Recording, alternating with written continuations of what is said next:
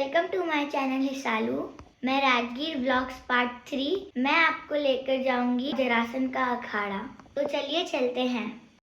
आज के व्लॉग में मैं आपको सबसे पहले वेणु वन के बने हुए नए एंट्रेंस को देखने ले जाऊंगी। फिर जरा देवी के मंदिर को देखेंगे, जिनके आशीर्वाद से जरासंध को नवजीवन मिला था और वह बहुत शक्तिशाली व अजय बन गया था।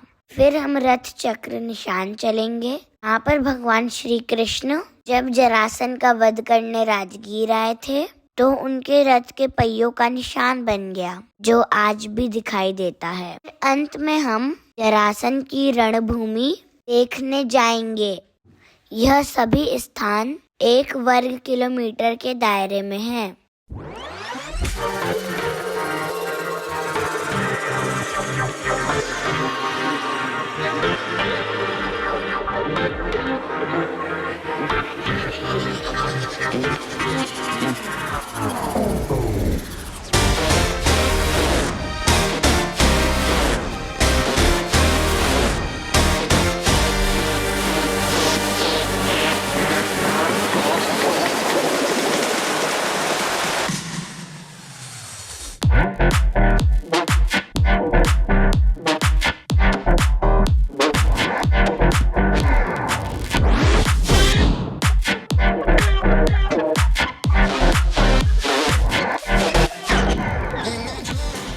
अब हम पहुंच गए हैं वेणु वन के नए एंट्रेंस में। तो चलिए वेणु वन के नए एंट्रेंस को देख कर आते हैं। यहाँ पर काफी सुंदर व्हीकल पार्किंग बनाई गई है, जिसमें बहुत सारे व्हीकल पार्क हो सकते हैं और बैम्बू के काफी पेड़ यहाँ पर भी लगाए गए हैं। यहाँ पर ध्यान करने की मुद्राओं की कई मूर्तियाँ बनाई गई हैं और मॉडर्न आर्किटेक्चर का यूज किया गया है।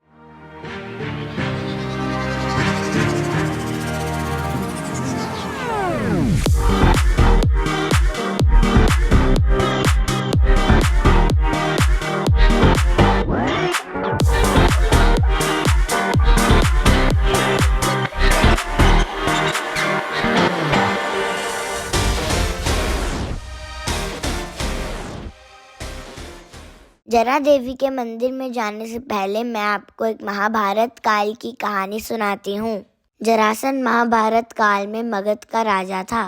उसके पिता का नाम बृहद्रथ था। कहा जाता है कि बृहद्रथ की 2 पत्नियां थीं, पर बड़ी पत्नी को पुत्र नहीं था। संतान प्राप्ति के लिए वह दोनों एक ऋषि के पास गए। ऋषि ने उनकी बड़ी पत्नी को खाने के लिए एक सेब दिया।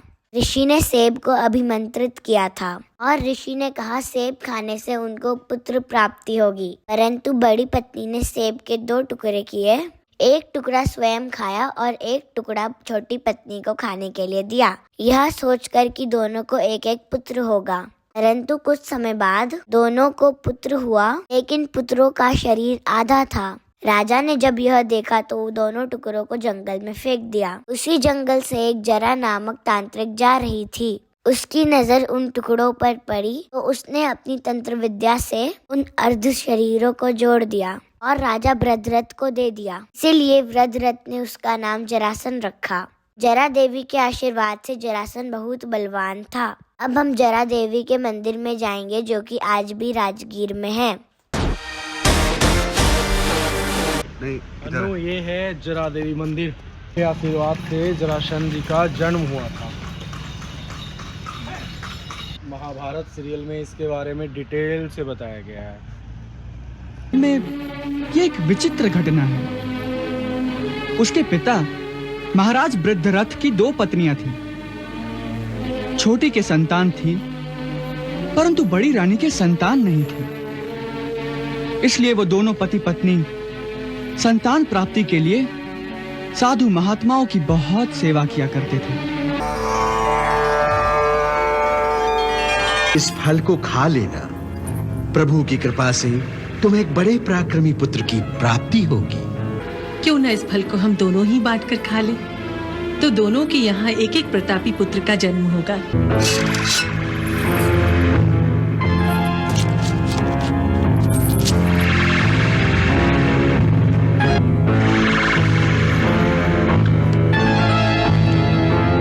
जब रानियों के गर्भ से बालक उत्पन्न हुए तो उन दोनों के शरीर आधे आधे थे। करूं मैं इन दो टुकड़ों का? ले जाओ और फेंक दो किसी जंगल में इन्हें।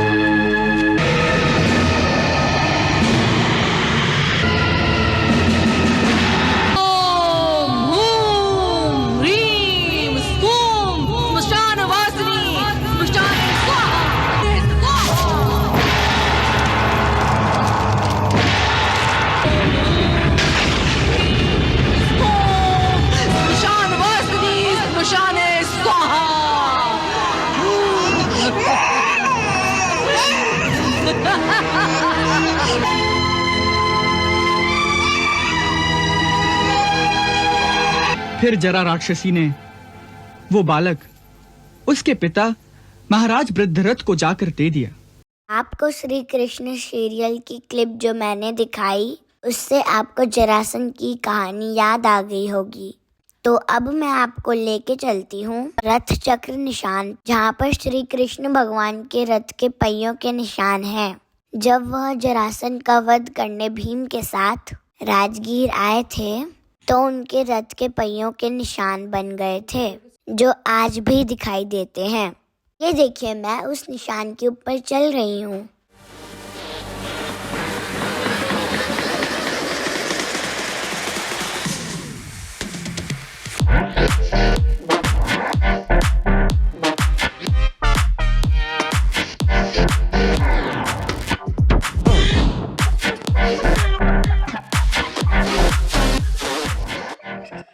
चंद्रमणि अंकल, यही वो निशान है ना? ये श्री कृष्ण जी के रथ के पहियों का निशान है। श्री कृष्ण भगवान यहाँ क्यों आए थे? वो यहाँ पर जरासंध जी का वध करने के लिए आए थे, क्योंकि जरासंध कंस का दोस्त था। जरासंध राजगीर का राजा था और उसने मथुरा पे 27 बार आक्रमण किया था, जिसकी वजह से भगवान श्री कृष्ण यहाँ से द्वारिका चले गए।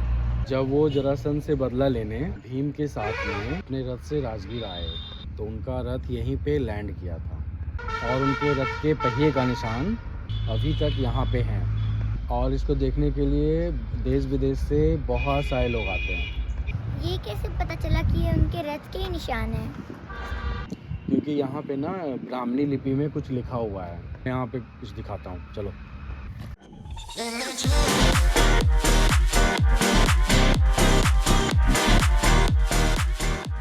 कहा जाता है कि जब भीम और जरासंध की कुश्ती हुई तो उनके घुटनों के निशान यहाँ बन गए। देखिए वह निशान। उनकी कुश्ती बहुत दिनों तक चली थी। लास्ट में भीम ने श्री कृष्ण भगवान की मदद से जरासंध को हरा दिया और मार दिया। अब मैं लेके चलता हूँ जरासंध के अखाड़े पे, जहाँ वो कुश्ती करता था।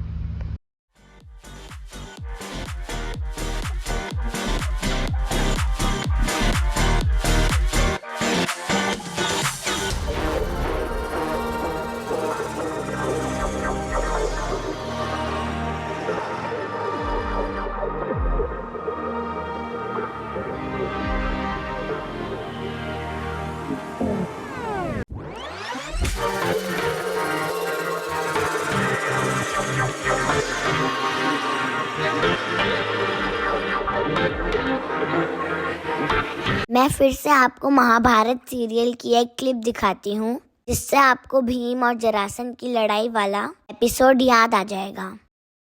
लेकिन वीरता की मर्यादा ने जरासंध को मजबूर कर दिया कि वो मल्ल युद्ध के लिए भीम को चुने।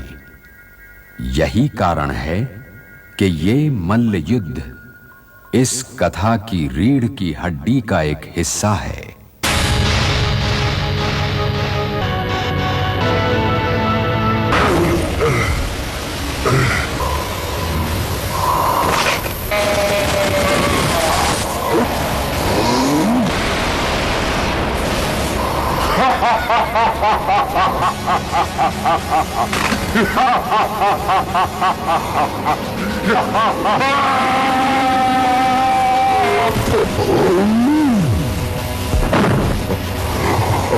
मुझे यकीन है आपको भीम और जरासंध का मल्ल युद्ध याद आ गया होगा। और अब हम पहुंच गए हैं जरासंध की रणभूमि। यहाँ पर जरासंध और भीम का मल्ल युद्ध हुआ था। इसे जरासंध का अखाड़ा भी कहा जाता है। इसके चारों ओर ASI बाउंड्री बना रहा है, इससे कि यह प्रोटेक्ट हो जाए। कहा जाता है कि यहाँ की मिट्टी को देश के कई हिस्सों के पहलवान अपने अखाड़े के लिए लेकर जाते हैं, क्योंकि वह इसे बहुत पवित्र मानते हैं। यहाँ की मिट्टी आज भी सफेद और नर्म है, क्योंकि जरासंध इसको दूध, घी और चंदन से हटाया करता था। जरासंध के अन्य पहलवान इसको अपने शरीर पर मलते थे। भीम और जरासंध का युद्ध यहाँ पर 28 दिनों तक चला और अंत में भीम ने जरासंध का वध किया। अगर आपको ये वीडियो पसंद आया तो मेरे चैनल को सब्सक्राइब कीजिए और मेरी वीडियो को लाइक कीजिए। अगले व्लॉग में मैं आपको लेकर जाऊंगी विश्व शांति स्तूप, जहां हम नए वाले रोपवे में बैठकर जाएंगे।